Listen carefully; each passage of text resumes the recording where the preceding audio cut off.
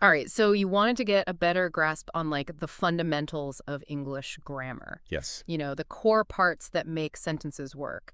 And we've broken it all down using this really great resource we've got called Pasted text. yeah, exactly, pasted text.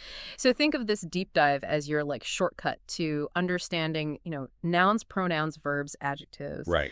and all the simple tenses without, getting bogged down in the complexities. Yeah, and it's amazing how these really fundamental pieces all kind of fit together Yeah.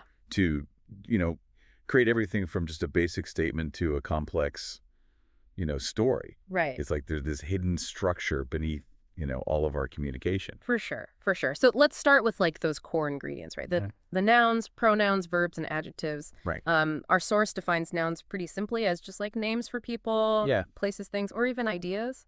Mhm. So, the cat, the school, that feeling of happiness, or someone's name like John, Right. pretty intuitive, right?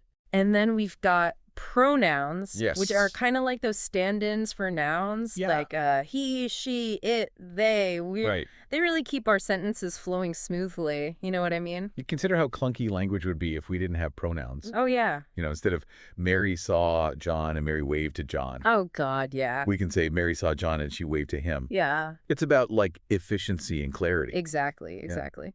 Okay, so up next we've got verbs, which are like, The action. yeah, Okay. the engines of our sentences, right? The action words, Yeah.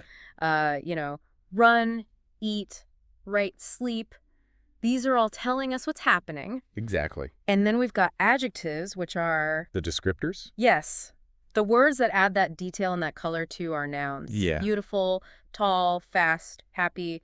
They paint a much richer picture. Right. You can kind of see how these elements rely on each other, right? Oh, they absolutely do. Yeah. I mean, you can't have a descriptive sentence without adjectives modifying those nouns. Mhm. And nouns often are, performing those actions that are described by those verbs. Totally, totally. Okay, so let's talk about how we place those actions in time. Okay. The simple tenses. First up, the simple present tense. Right. This is what we use for facts, habits, and things that we do regularly. Yeah. So like the basic recipe is subject plus verb in its base form plus object. Mm-hmm. So from our source pasted text, we've got, Right. I eat an apple every day. So that's like a routine. Well, Or she that's- walks to school, a regular occurrence. Right. And one little thing to keep in mind with the simple present tense Okay. is that for third person singular subjects, like he, she, or it, Yeah. we usually add an S to the verb. Gotcha. Like he walks, she eats. Good catch. Good Yeah. catch.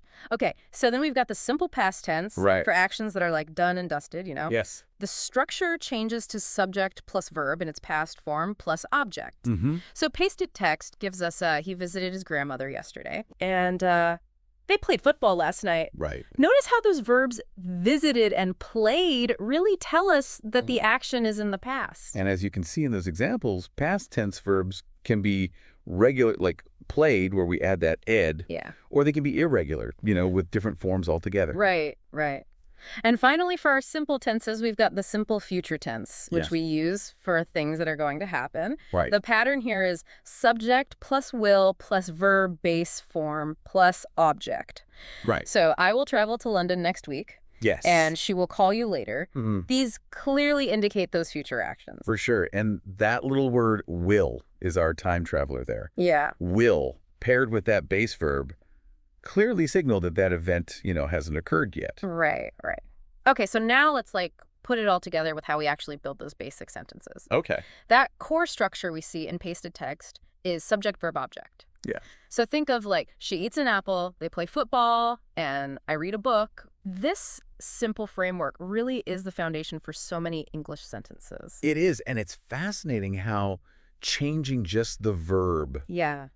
within that SVO structure instantly tells us, when that action happens. Totally. Like our material shows, I watch TV. So that's now I Yeah. watch TV. That was before. I will watch TV. That's later. Right. Same structure, different times. Yeah, that's super interesting. So there you have it. You've now got a solid handle on, Yeah. those main players in a sentence, Mhm. the nouns, pronouns, verbs, and adjectives, Right. and how they come together in that fundamental subject, verb, object order Yes. to express actions in, the present, past, and future. Exactly. Just what you asked for, those essential building blocks. And when you grasp these core elements, Yeah. you know, Yeah. it really opens up your ability to understand and construct, more complex ideas. Right. It's like understanding the notes on a scale Yeah. before you can appreciate a symphony. Exactly. So here's something to think about. Now that you've got this understanding of the basic machinery of English sentences, Mm-hmm. how might that change how you approach, like, reading Yeah. or even writing? Right. What new levels of, like, clarity or understanding Yeah. might this foundation unlock for you? That's a great question. Thanks for taking this deep dive with Of us. course. All right. Yeah.